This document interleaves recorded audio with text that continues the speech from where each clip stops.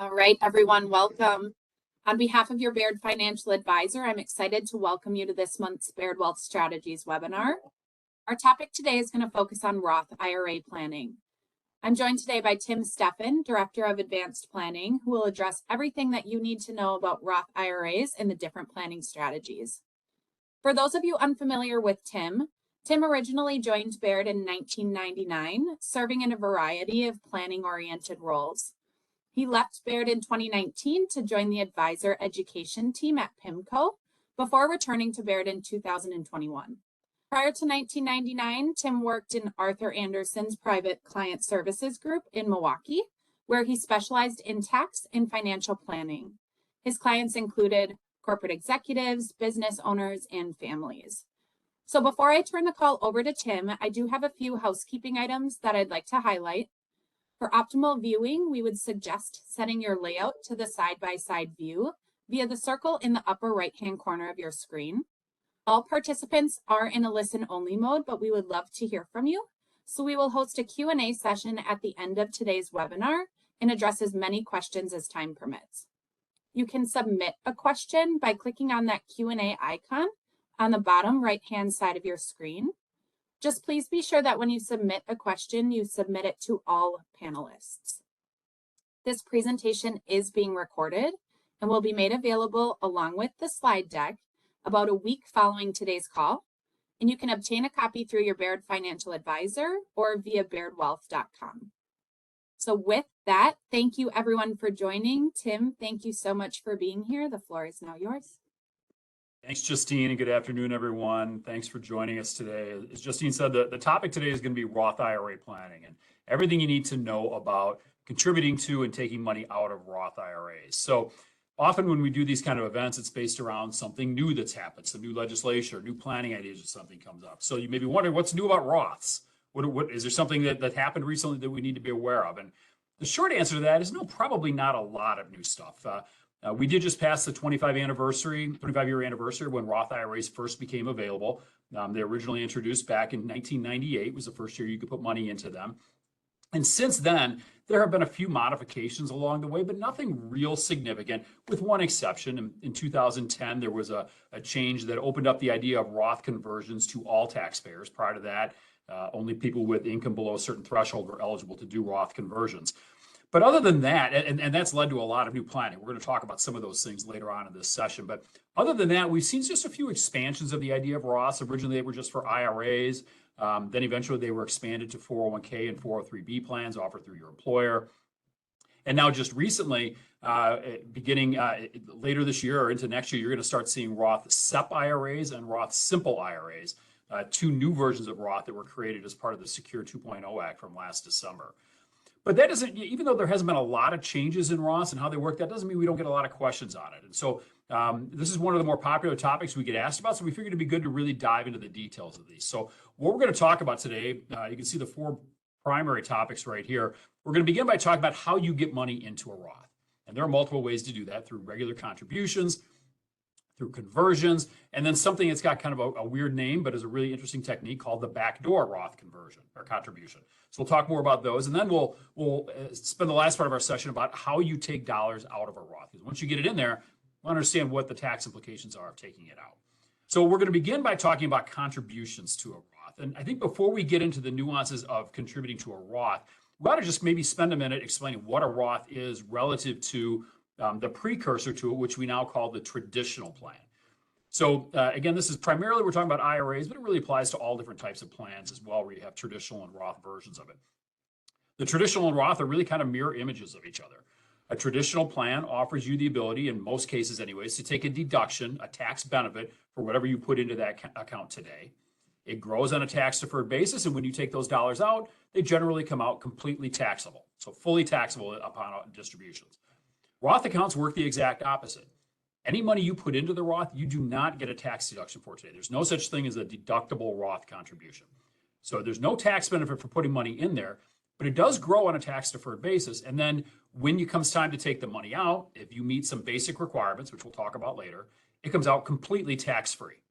So in general, traditional accounts, deductible going in, taxable coming out.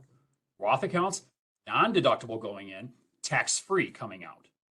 That's just a brief overview. Let's talk a little bit more about the rules on getting money into those accounts. So we're going to, again, stick with the idea of comparing traditional to Roth accounts. We're going to focus really on the IRA side right now.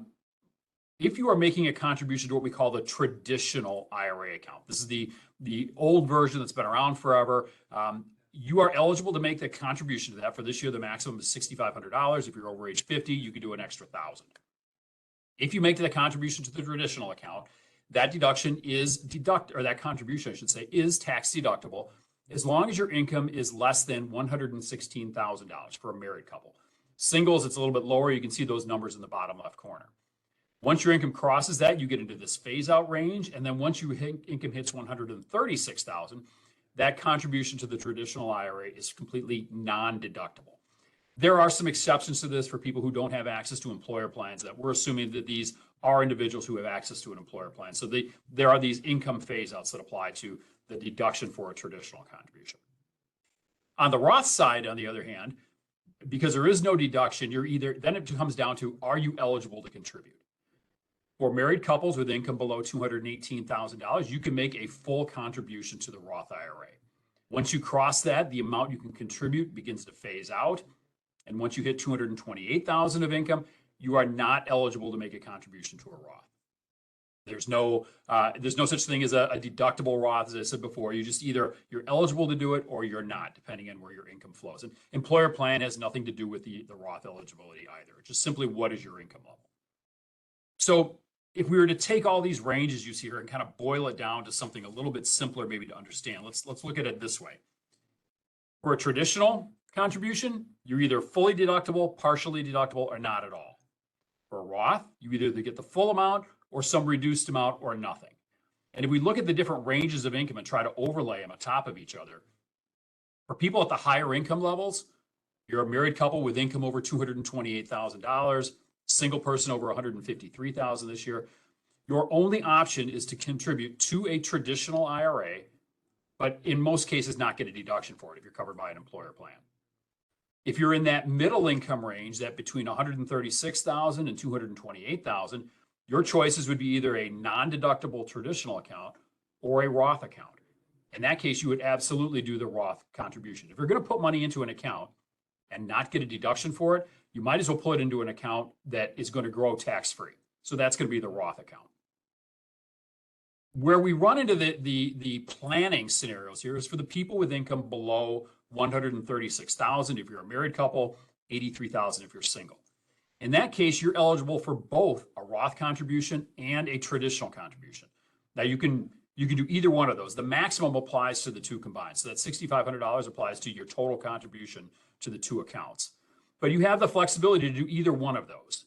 So either the deductible or the Roth. And we'll talk a little bit later about which one makes more sense, to get the tax deduction for the traditional now or to get the tax-free income out of the Roth later. But again, once your income crosses a certain threshold, your options become greatly limited. And maybe your only option is that contributing to the traditional on a non-deductible basis. Just to shift gears a little bit, I'm going to switch over to the 401k versions of these. These are, again, just the IRA versions. 401k versions is where we see a lot more planning and a lot more questions coming in because the rules are much more flexible. First of all, with a 401k, the maximum contribution for this year is $22,500, so a much larger amount. If you're over age 50, you get an extra $7,500, so a combined $30,000. In terms of the deduction or eligibility, it's really pretty simple. If your employer offers the plan, you have the ability to fully contribute to either one of those. As long as they offer it, you can use it. There are no income thresholds, no other phase outs to concern yourself with. So if they offer the traditional plan, whatever you put in there will be fully tax deductible. If they offer the Roth plan, you're able to make the full contribution to the Roth without worrying about any kind of phase outs.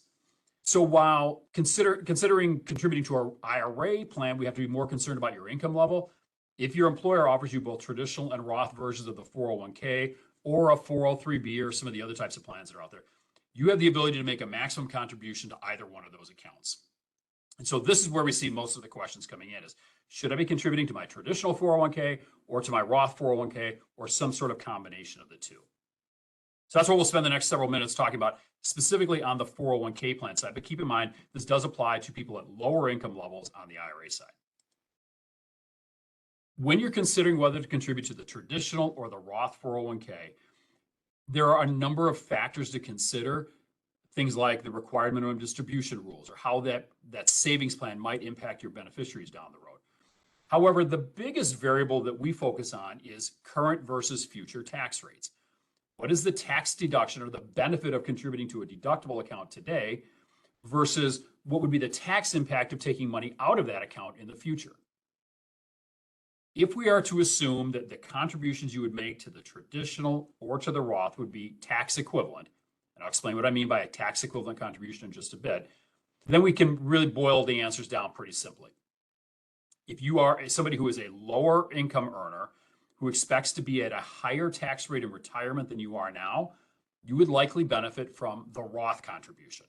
So forego the tax deduction for the traditional contribution, go into the Roth today, knowing that when you take that money out in retirement, it'll come out completely tax-free.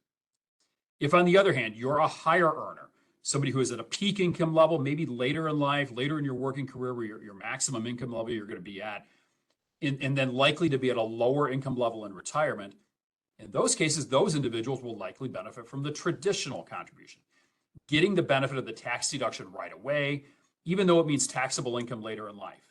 And I'll illustrate some of that here for you in just a little bit. If you're somebody who feels that your tax rate today is probably the same as what it's going to be in retirement because your income isn't going to shift a whole lot, the income you have now is likely to be the same level of income you're going to have throughout the rest of your life. When you look at the numbers, it ultimately makes no difference which plan you contribute to as long as you're using tax equivalent contributions again. Now, there's a lot there. Let's show you some numbers to help maybe clarify some of that. So we're going to begin with, let's say we've got an individual who is an employee at their employer. They have options to do either a traditional 401k or a Roth 401k. And they know they have $22,500 of income that they want to do something with, that they want to save somewhere. If they choose to put it into the traditional 401k plan, they will avoid any taxes on it today. It's fully tax-free to go in there. So if you have that $22,500, the full $22,500 would go into the 401k. And then we'll assume it grows at a 7% rate for the next 30 years so they get to retirement. And then at retirement, they would have $171,000 in that account. If their tax rate at retirement is the same 32% it is today, the value they have in the 401k at that point, $116,467.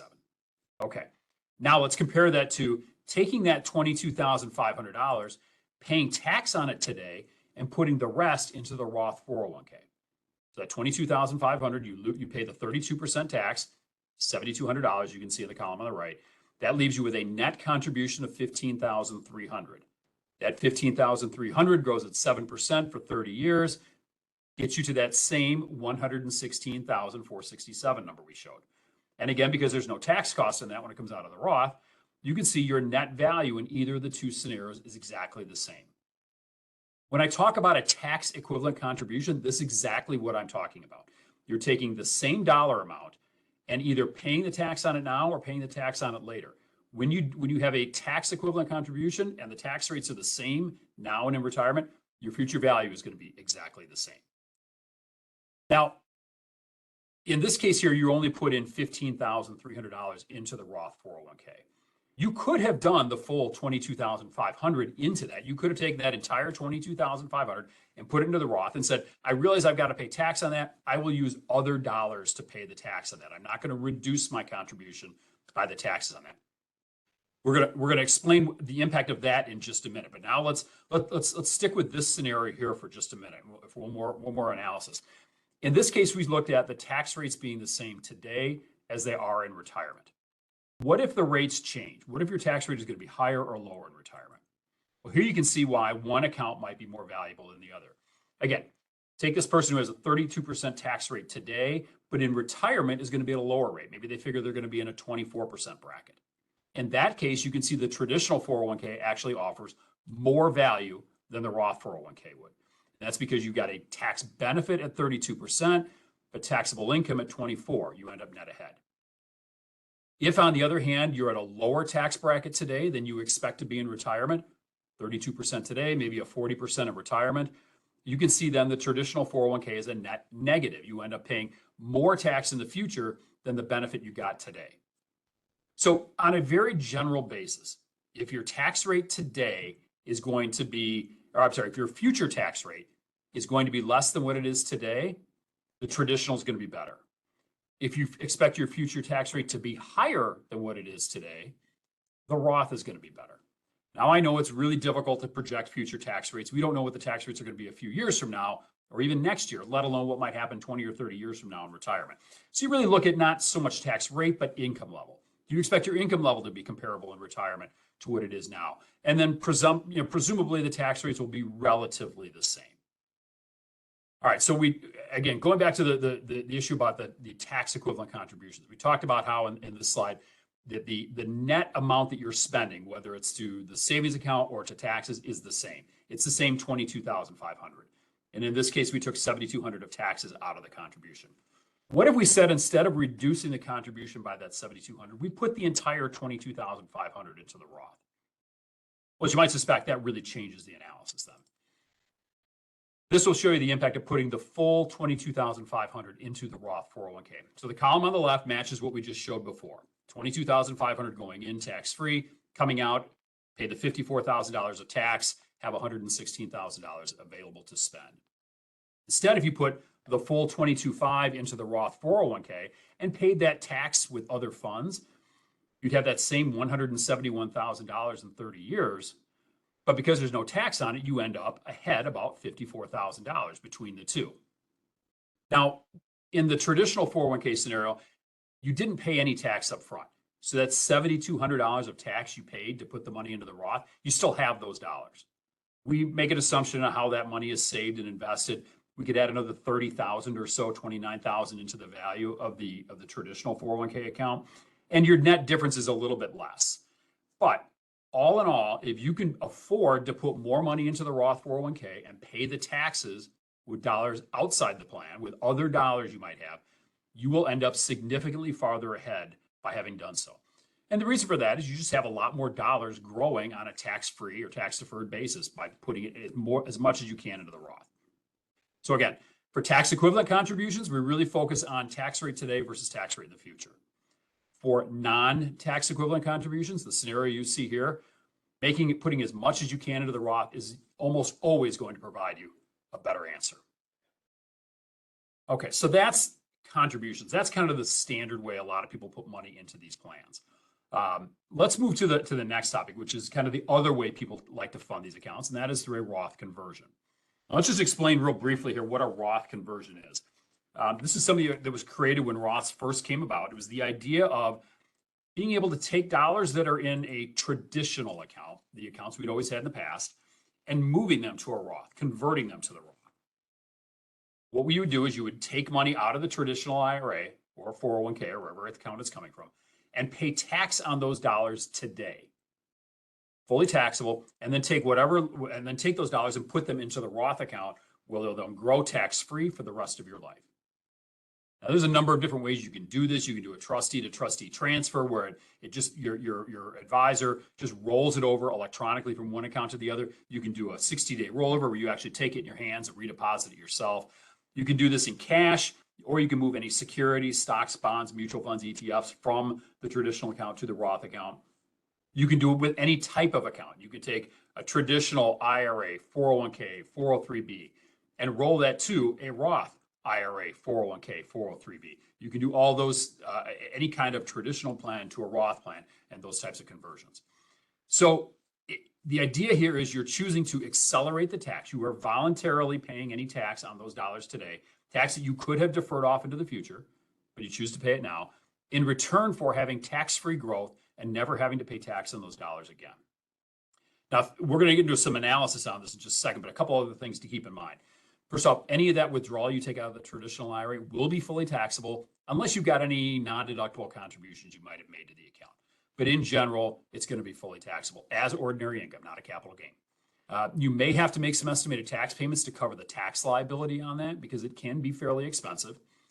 And for those who are closer to retirement, approaching Medicare age, Roth conversions can trigger something called the IRMA. If you're familiar with some of the Medicare rules, there's a thing out there called IRMA, which says that higher income individuals do have to pay a higher Medicare premium. This Roth conversion can trigger that higher Medicare premium. The other big thing to keep in mind, this is one of the other changes that happened to Roth accounts over time, is the idea of a recharacterization no longer exists. So it used to be you could do a Roth conversion and within a certain period of time, change your mind, take the money back out and say, no, I'm going to pretend that never happened. You can no longer do that. If you do a Roth conversion now, you have to really want to do it because you don't have any option to undo it anymore. Okay, so you understand the concept of a conversion, taking the dollars out, paying the tax on it, moving it to another account to get tax-free growth.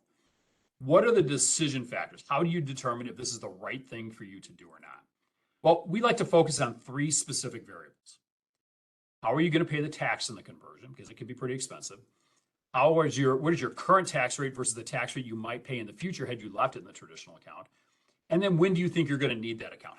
What are your income needs in retirement? And how soon you're going to have to access those funds? So let's talk about each of those 3 things separately. We'll begin by talking about the conversion tax itself. Remember, doing a Roth conversion is a voluntary decision to accelerate a tax liability. You don't have to touch your retirement accounts until you're at least 73 under the most recent law changes.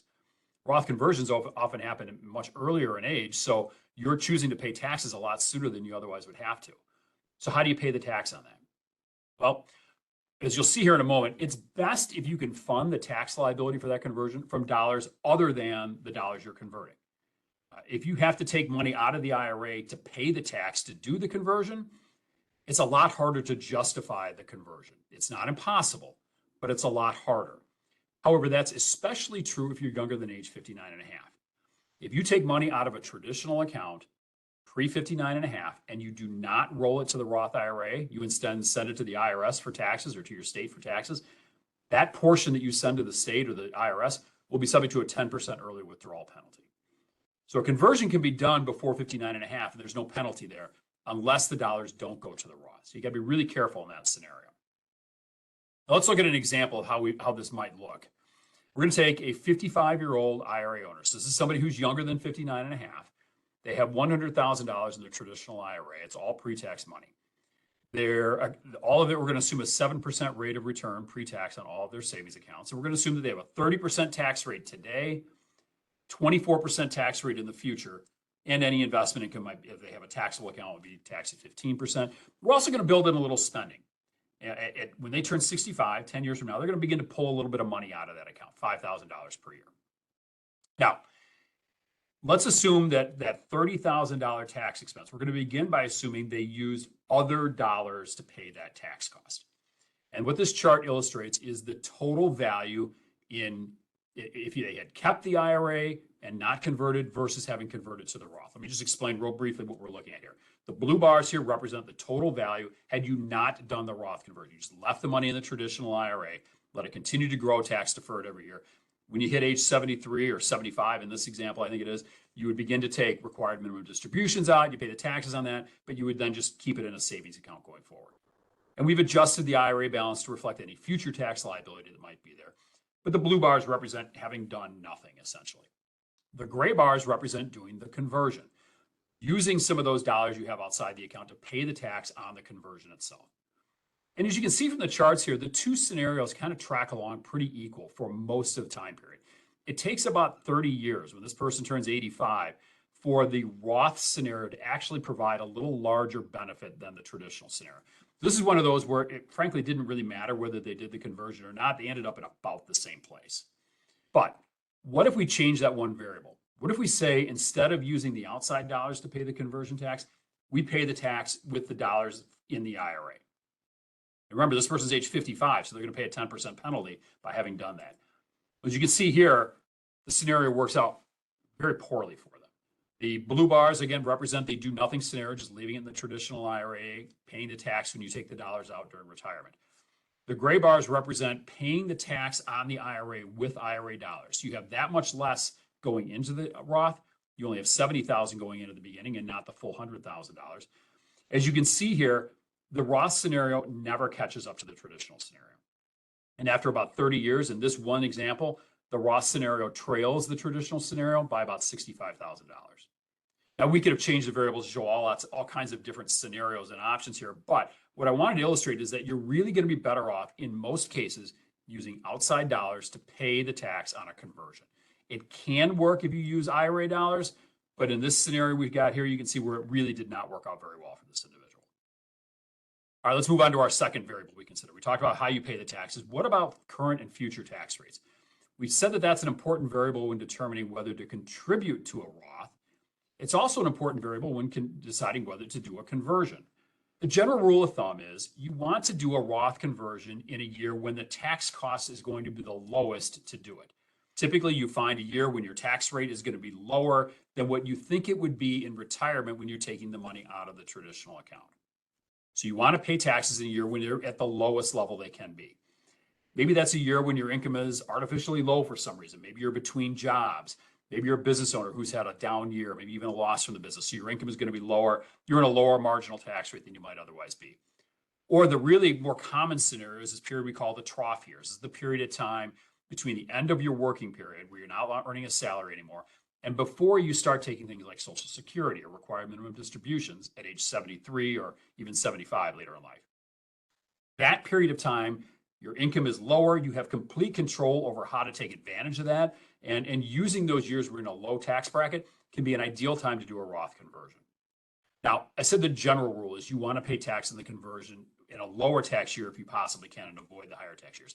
It doesn't always have to be that way. It works out best if it does, but you can't even do a Roth conversion where you pay a higher tax today than you would in the future, and it will still work out. Let me show you a couple of examples of how that'll work. We're going to change our scenario a little bit from the last time. We're going to make our owner a little bit older. They are a 65-year-old IRA owner, same $100,000 balance. We're going to assume they pay the tax with non-IRA assets. So we're going to convert the entire thing up. The entire 100,000 will go to the Roth account. We'll assume they have RMDs beginning in a few years, that they're not going to spend it. They're just going to reinvest that in another account. And you can see some other assumptions we've got there. This first chart shows what happens if you do a Roth conversion in a year when your tax rate is 25%, and then in retirement, your tax rate would be 35%. This is kind of the ideal Roth conversion scenario where you pay tax on the conversion at a low rate, avoiding a higher rate that you might be subject to in the future. And as you can see here, again, the blue bars are doing nothing, no conversion. The gray bars represent having done the conversion. At the end of 30 years, in this particular scenario, your after-tax value of the Roth exceeds the after-tax value of the traditional account by $160,000. So in this case, the Roth was very clearly an advantage for this particular individual. They did the exact right thing. They converted a year when they're in a low tax bracket to avoid being in a higher tax bracket in the future. Let's change that a little bit. Let's assume that 35% tax rate in the future is their same rate today. So the tax rate on the conversion today is going to be the same as the tax rate on withdrawals in the future. And as you can see here, again, the Roth conversion still comes out ahead, not by as much, a little over $100,000 in this case, but still provides a benefit to the individual. Let's change the variable one more time. Let's look at maybe what might be considered the wrong time to do a conversion. A year when your tax rate is higher than it might otherwise be in retirement. So you're going to pay that 35% tax cost now when it would have only cost you 25% to take those dollars out of the IRA in retirement.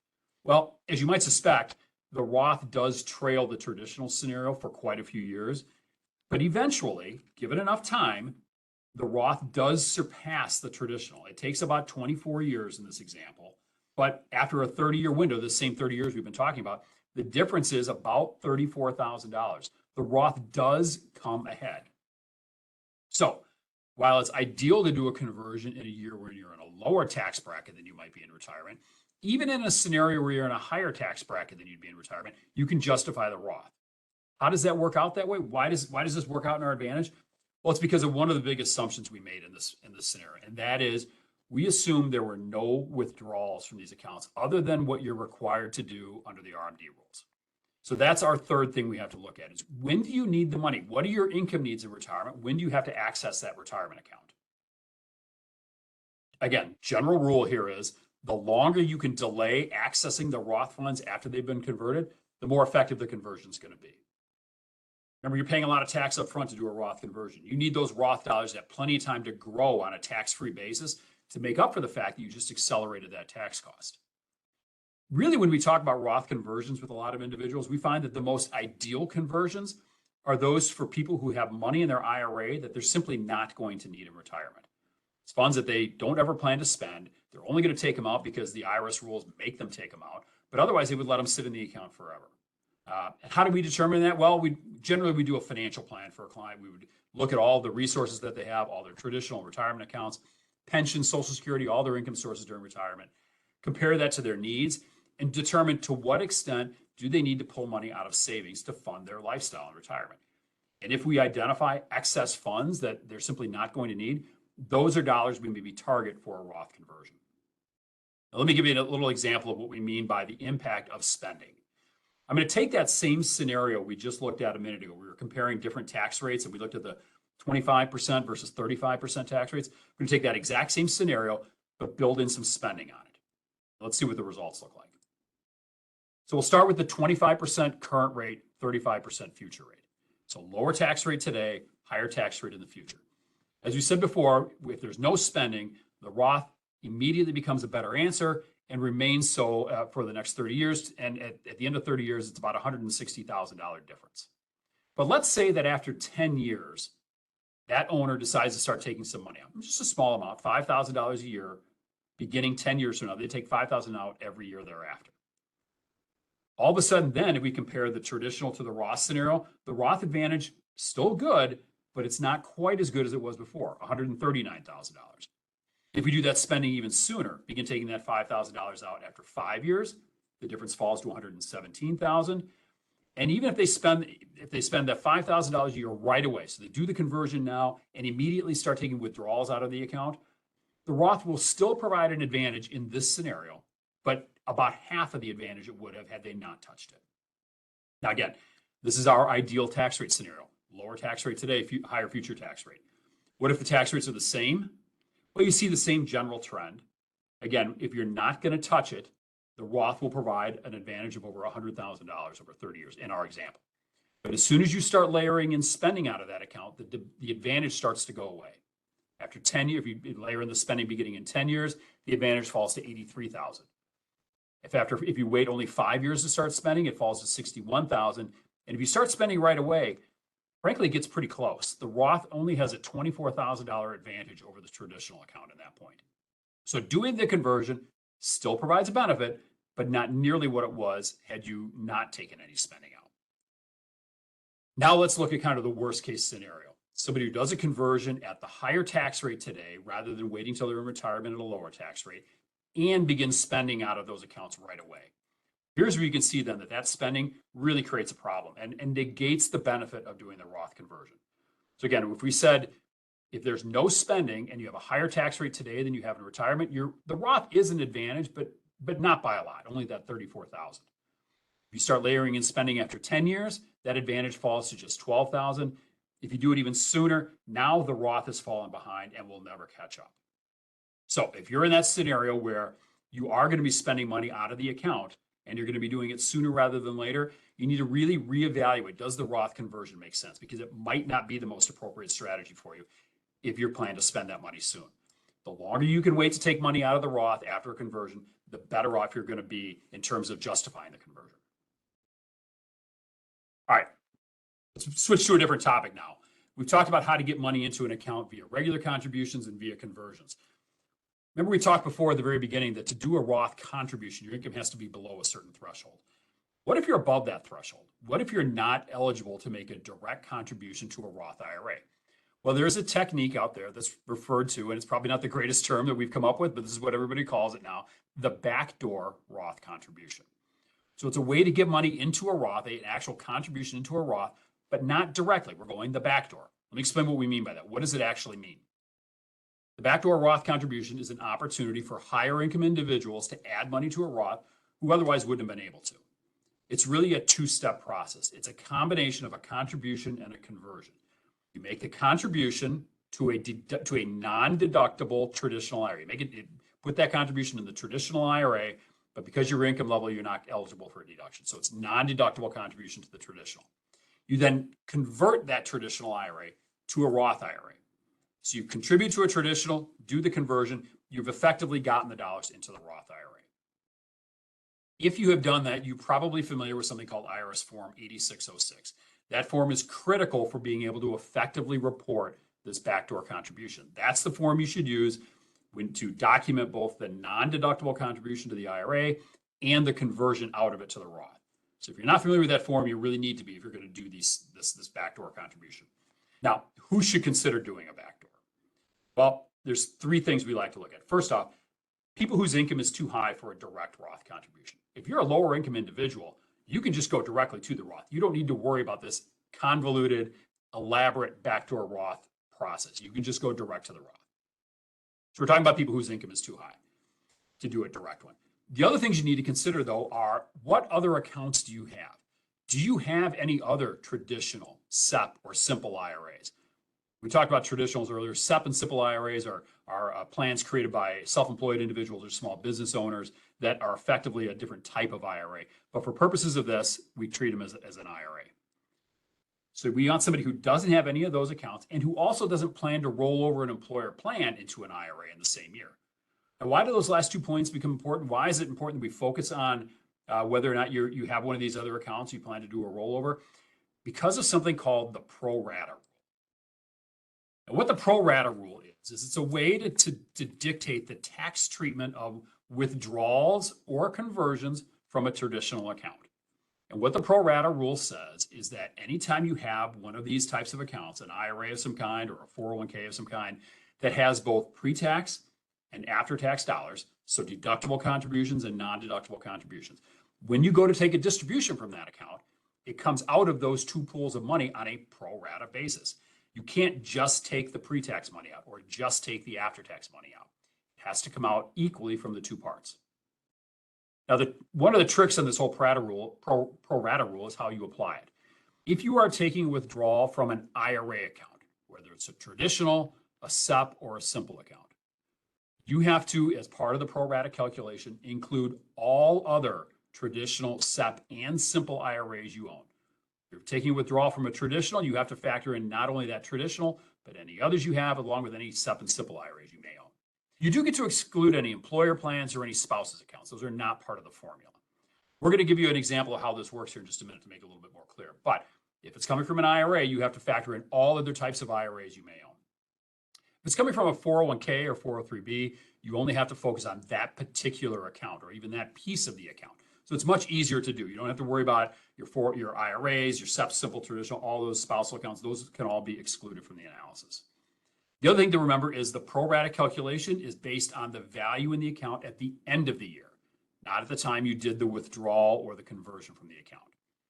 Okay, those are the rules. Let's walk through some examples, make it a little bit easier to understand this. We're going to begin with probably the ideal example, the perfect execution of a backdoor Roth contribution. We've got an individual here who has no IRAs at the beginning of the year, has no IRAs of any kind. On July 1st, they open a traditional IRA and make a contribution of $6,500. Because of their income level, they are not eligible for a deduction for it. So a non-deductible contribution. Shortly after that, they convert that $6,500 IRA to a Roth IRA and then do nothing with either account for the rest of the year. Yeah, the Roth is fine. You can do whatever you want with that. But for the traditional IRA, we don't do anything else with it. No other contributions, no other rollovers, nothing happens. Right below that timeline, you see the formula that's used to figure out the tax-free amount of the conversion. And basically, it's a pro rata, as we said before. You look at how much basis do you have in that IRA, what were your total after-tax contributions, and you divide that by the balance in the account, including any withdrawals that may have come out by the end of the year. So in this case here, the only thing that went into that traditional IRA was a $6,500 contribution that was non-deductible. No other money was in there. No other money went into it. No other money was rolled into it at any point. So that entire balance, when it came out completely tax-free, 100% from the after-tax money that was in there. This is the perfect execution of a backdoor Roth. Unfortunately, it doesn't always work out that way. Let me show you a couple of examples of how this can go wrong for somebody. In this case, we've got an individual who already enters the year with a traditional IRA. They have a $100,000 IRA that maybe they funded in contributions from prior years. Maybe it was a rollover from an old employer plan, but they enter the year with a $100,000 IRA. They then open up a second IRA, make the $6,500 contribution to that, non-deductible because their income is too high. Then shortly afterwards, they convert that same $6,500 to a Roth, all done in IRA number 2, leaving the first IRA they have alone, never touch it. At the end of that year, that first IRA has grown from $100,000 to $110,000. This is a poor execution of a backdoor Roth. Because what happens here is the pro rata rule applies and says you have to treat that $6,500 that you took out under the conversion as partially coming from both the pre-tax and the after-tax dollars. And when you work through the math on this, the $6,500 conversion that the person did turns out to be only $363 tax-free, and $6,100 of that conversion becomes fully taxable. So if you were hoping to do a tax-free Roth conversion, it didn't work out that way because you had those dollars in the traditional IRA at the beginning of the year. So somebody who comes into the year with an IRA already is not a good candidate for a backdoor Roth. Let's look at the other example where this thing can maybe go wrong on you. Again, individual who at the beginning of the year starts off just fine, have no other IRAs of any kind, makes the deductible or the contribution non-deductible of $6,500 during the year. Shortly after that, converts it to a Roth and is fine. They don't have anything else going on until the end of the year. At the end of the year, they retire from their job and they roll their 401k out of the employer plan into their traditional IRA. Months after they did the whole contribution and conversion strategy. Well, because the pro rata rule is based on your balance in the account at the end of the calendar year, you have to include that $100,000 rollover as part of your pro rata calculation. So in this case, while it's not quite as egregious as it was in the first one, you still have of a $6,500 conversion, over $6,100 of that became fully taxable. So again, if you are thinking about doing the backdoor Roth contribution because you're not eligible for a direct one, you don't want to then do a rollover out of an employer plan that same calendar year. Ideally, in this scenario, what the individual would have done is waited and moved that $100,000 into their IRA the next year. If they'd have done it on January 1st and not December 30th, they would have been just fine. The backdoor would have worked perfectly. Okay, let's move on to our last topic today. We're going to talk about withdrawals from a Roth. Once you put these dollars into the Roth, what is the tax treatment of that? When are you able to access them, and how are they treated from a tax standpoint? When it comes to withdrawals from a Roth IRA, you have to understand the buckets within a Roth. There are 3 different buckets within a Roth IRA. It's really all one account, but we treat them as 3 separate buckets or pools of money. One is contributions that went into the Roth, money you directly contributed to the Roth. The second bucket is conversions, dollars you converted from a traditional IRA or 401k, wherever it may have came from. That's your second bucket. And then the third bucket is any earnings from either of the first 2 buckets. So any earnings on your contributions or conversions go into the third one. And when you take money out of a Roth, your distributions come out in the order you see here. First from your contributions. Once the contribution bucket is empty, you then start pulling from the conversion bucket. Once those 2 are both empty, you start pulling from the earnings bucket. Now, this is the treatment for IRAs, for Roth IRAs. If you happen to have a Roth 401k or a Roth 403b, the ordering rule, this bucket rule does not apply. The ordering rule does not apply. In those cases, withdrawals come pro rata from all 3 of those. Bottom line there, if you're going to take withdrawals from a Roth account, you don't want it to come from the 401k. You'd prefer they come from the IRA, the Roth IRA, just because you have more control over the tax treatment of those. Roth IRAs are not subject to RMDs. Roth 401ks are today, but that rule expires at the end of this year. So if you have a Roth 401k, you will not be subject to RMDs beginning next year. That's a new law change. Okay, so we've got these 3 buckets. We're taking money out of contributions first, then conversions, then earnings. What is the tax treatment of each of those? Well, we'll start with the first bucket. Money you withdraw from a Roth that comes from the contribution bucket can come out at any point in time you want. They always are the first dollars you take out. They always come out tax-free. They always come out penalty-free. You can put the money in there today and tomorrow take it out with no tax or penalty issues. The reason being is you've already paid all the tax to put it in there. You don't have to pay tax again. And because it's tax-free in that case, it comes out completely penalty-free as well in this particular scenario. There's no waiting period, can be withdrawn at any time. So that's the easy one to understand. If you've made contributions to a Roth, you can always pull those contribution dollars out at any time. People ask us all the time, how do I track that? That is on you as the individual to track. Interestingly enough, there is no place on the tax return where you report that you made an IRA contribution, a Roth IRA contribution. Everything else you do with IRAs, any other kind of contributions, conversions, withdrawals, those are always reported. But Roth contributions, there is no reporting on a tax return for those. So you as the individual, you as the IRA owner have to keep track of that. So when it comes time to take money out, you can tell the IRS this is coming from my contributions. All right, if you've emptied the contribution bucket, or maybe you never made a contribution, maybe you only funded your Roth with conversions. Now you're on to bucket number 2. Any type of withdrawal that comes from the conversion bucket is, again, always going to be tax-free. The reason being, you paid the tax to put it in there. Remember, you voluntarily paid all that tax up front. So you did the conversion. When it comes back out, you don't have to pay the tax again. The issue with this bucket is the penalty side of it. You may be subject to a penalty on the dollars you take out if you don't, or you will, I should say, you will avoid a penalty if you pass either of the two tests that you see below. The first one of these is what we call the 5-year rule. Now, where this gets confusing is there's actually two separate 5-year rules that apply to distributions from a Roth IRA. We're going to refer to this one as there's 5-year rule number 1. And what this says is that if your conversion dollars have been in the Roth for at least 5 years, measured from January 1st of the year you put it in there, if you've been in there for 5 years, those dollars can come out penalty-free. Again, always tax-free, but can also come out penalty-free. The other thing to keep in mind with this is that if you do multiple Roth conversions over multiple years, each one of those conversions is tracked separately. Each Roth conversion has its own 5-year period. The other rule you can use to avoid paying a penalty on a distribution from the conversion bucket is, are you otherwise exempt from the penalty? Typically, that would mean being over age 59 and a half, but it can also mean somebody an owner who has passed away or who is disabled. Using it as a first-time home buyer purchase. You may be familiar with something called the 72T distribution. You can use those for Roth accounts. If you meet any of those exceptions, you are also exempt from the penalty. So a lot of people get confused on this because they think, well, if I do a conversion, I have to wait 5 years before I can take those dollars out. Not necessarily the case. If you do a conversion and you're already over 59 and a half, there is no 5-year rule to worry about. You're already exempt from the penalty. You don't have to worry about it. So yes, somebody who is in retirement already and does the conversion, if they're over 59 and a half, they can access those dollars tax and penalty free anytime they want. Otherwise, you do have to wait at least that 5-year rule to pass.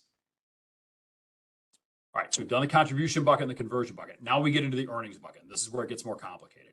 If you've taken out all your contributions, you've taken out all your conversions, the last thing to take out is the earnings on either one of those. In terms of the earnings being tax-free, there are two things you have to pass. One is you have to be at least age 59 and a half, disabled, or a first-time home buyer. You have to be one of those three for the earnings to come out tax-free. And then you also have to have been at least 5 years since you opened a Roth account. This is the second 5-year rule. 5-year rule number 2, we're going to call this. So there are two tests here. For the earnings to come out tax-free, the Roth, you have to have had a Roth account open for at least 5 years. It doesn't have to be this Roth account. It could be any Roth account you have, and it could only be funded with $1. You could have put $1 in it 10 years ago. Because it's been open for at least 5, you're fine. You've met that part of the test. And then you also have to be over 59 and a half, disabled, or a first-time home buyer. That's to take the earnings out tax-free. To take the earnings out penalty-free, you have to meet any of the other exceptions that we just talked about on the prior slide. Being over 59 and a half, death or disability of the owner, first-time home buyer, 72T, higher education expenses, all those things we've talked about before. Okay, so earnings come out tax-free if you are at least 59 and a half and the account has been open for at least 5 years. Penalty-free if you meet any of the usual exceptions. I know there's a lot there. We did put together a flow chart here that will help you kind of make a decision on here, starting with, are you over age 59 and a half, disabled, or a first-time home buyer? From there, you can determine the taxability or the penalty if a penalty applies to that distribution. And you'll be able to look at that in more detail when you get a copy of the slides. Okay, one last thing I want to talk about, and that is withdrawals from a 401k or Roth 401k. Everything I just talked about applied to Roth IRAs. For Roth 401ks, some similarities, some differences. In terms of whether the things that are similar to Roth IRAs, going to be completely tax and penalty free if the Roth 401k has been open at least 5 years. Remember that 5-year rule number 2, and you're over 59 and a half and disabled. The home buyer option doesn't apply to 401ks for whatever reason. They just didn't apply to that. So to be tax and penalty free on a withdrawal from the Roth 401k, you got a 5-year rule, 59 and a half are disabled. Where it's different from a Roth IRA is that the pro rata rule, for one. Remember, we said if you take it out of a Roth 401, a Roth IRA comes first from the contribution bucket, then the conversion bucket, then the earnings bucket. From a Roth 401k, pro rata from all three. So you will always be pulling some level of earnings out of there. The other thing is that for Roth 401ks, RMDs are mandatory this year. If you're over 72 or if you're 73 or older this year, you do have to take a distribution from a Roth 401k. That goes away after this year. What most people tend to do is when they retire, they roll that Roth 401k to a Roth IRA. Now, this is where it gets, again, a little bit complicated on understanding the timing of all these things. If your Roth 401k is qualified, so it meets those two tests that we set up at the first bullet there, that rollover to the Roth IRA is treated as a contribution. And remember, we said contributions can come out at any time, tax-free, penalty-free. If the Roth 401k is not qualified, you don't meet both of those tests at the top, then you run into a different set of rules here. The big one being here, the 5-year period that you have the Roth 401k open does not carry over to the Roth IRA. You have a brand new 5-year rule when it moves to the IRA. So the general advice here is if you have a Roth 401k, you might also want to try and fund a Roth IRA. So you can get a 5-year clock starting on the Roth IRAs as well, because the 5 years clock on the Roth 401k does not transfer over to the IRA. It's going to have only the 5 years that the IRA was open. It only gets a little confusing keeping those all straight. But the key thing there is if you're going to do the rollover, make sure you may have to wait a separate 5 years before you can begin to access some of those accounts. Okay, we're going to wrap up here with just a couple of key takeaways, and then we'll open some things up for questions here. Again, key points to remember from this today. If you're going to contribute to a Roth IRA, those are typically best, or for a Roth 401k more specifically, typically best for people in lower tax brackets. People are going to be in a lower bracket today than they will be during the withdrawal period. You want to take forego the tax benefit in a low tax year and then have the tax-free income come out in a year when you're a higher bracket. If you're a high income taxpayer today, you're probably better off using the traditional plan and then taking those dollars out in retirement at a lower rate. If you by chance make an excess contribution to a Roth, remember we said there are income limits on who can contribute to a Roth. If you do go over those limits, if you make a contribution you're not eligible to make, we didn't get into this. There are some slides in the appendix that you'll see when you get a copy of these that get into this. You can fix that, but it's best to do it as soon as you figure out that you've done that. A lot of people, as they're doing tax returns now this time of year, are discovering they maybe made an excess contribution. This is the time of year when we try to fix those things. In terms of doing a Roth conversion, again, the three things we look at generally going to be beneficial. If you have taxes from dollars outside the IRA, you can use to pay the tax, and you let those dollars grow as tax-free as long as possible. Those are the two big ones we really focus on. We all know people love tax-free dollars in retirement. So the idea of getting money into a Roth is really enticing, and people tend to go overboard sometimes in putting money into Roth accounts. But I would tell you, don't ignore or discount the value of those deductible contributions to traditional plans today. Sometimes that tax savings you can get today can more than offset the taxability of those distributions in the future. Really, the best way to evaluate whether you should do a Roth or a traditional plan is through a comprehensive financial plan, and your Baird financial advisor is happy to help you put that together. In terms of other resources that might be available, a few things to consider. There's a couple of IRS publications we like to look at, 590A and 590B. They're both available on the IRS website. They talk about all the rules on contributing to or withdrawing from IRAs. The IRS provides a nice comparison chart as well on different types of Roth plans. So comparing a Roth IRA to a Roth 401k or a Roth 403b. And then again, I want to really emphasize that Form 8606. If you are somebody who's doing a backdoor Roth contribution, you need to use that Form 8606 to document the contribution going into the account. Very important you do that. Otherwise, the IRS has no idea those dollars are in there or that they should be tax-free when they come back out. Okay, that concludes my prepared comments. I'm going to turn the call back to Justine for just a moment to see if we have any questions that came in, a wrap up, and then we'll come back and take any questions that might be out there. Awesome. Thank you so much, Tim. Really appreciate all of your comments and candor here. I will just remind everyone, if you have a question, you can click on that Q&A icon on the bottom right-hand side of your screen and submit a question there. I would just ask that when you do submit it, you're submitting it to all panelists. And I know we've had quite a few come in already. Zach has been taking a couple of them, but Tim, I will pass it back to you as more of them are popping up here. Got it. Thanks, Justine. And thanks to my buddy Zach, who's been handling the questions. They've been coming in. I know we had a couple others that he asked me to address here for the audience in general. One of those is, what is the advantage of a Roth when it comes to estate planning, from an estate planning standpoint? That's a good question. So if you remember, we talked about this concept of required minimum distributions. If you have a traditional account, during your lifetime, you're forced to take distributions out of that account. With a Roth, you're not. So again, if you have IRA dollars, traditional IRA dollars or traditional 401k dollars, you know you're not going to need, converting those to a Roth can be a great long-term planning tool because you'll never have to touch that account. There is no RMD on a Roth account, so you'll never have to take it during your lifetime. If at your death you leave it to your spouse, he or she will never have to take any distributions out of during their lifetime unless they choose to. And then when your beneficiaries inherit that Roth account, it will maintain its tax-free status. So there is no tax on a distribution from a Roth IRA, even to the beneficiaries themselves. So it can be a really good estate planning tool for those who are looking to maybe get some tax-free dollars to their kids. And by paying the taxes on you do a conversion during your lifetime, you paying the taxes maybe at your lower tax rate as opposed to your kid's higher tax rate when they inherit it. Consider that's you're almost making a gift to your kids for the taxes they would be paying on that retirement account. So yes, when we're looking at individuals who have higher net worths, maybe have an estate tax issue, doing a Roth conversion can be a great estate planning tool by paying those taxes on behalf of your kids. Another question came in regarding the income test for contributing to an account or contributing to an IRA or Roth IRA. So I'm going to go back to one of my earlier slides here. This is the slide that shows the income levels that determine whether you can make a Roth contribution or a deductible traditional contribution. The numbers we're referring to here, the $218,000 for being eligible to do a Roth, what we're referring to there is modified AGR, modified adjusted gross income, MAGI sometimes. What the box below that shows what's included in there. Basically, for most people, it's going to be the same as your adjusted gross income.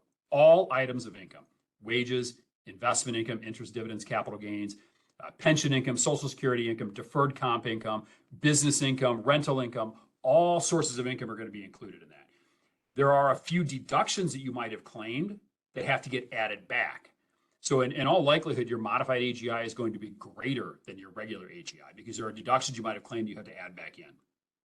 So you can see the threshold here, but most of these deductions you add back aren't very common. Most individuals don't have these. So really, for all intents and purposes, your modified AGI is going to be the same as your AGI, which is one of the last numbers on the front page of your tax return.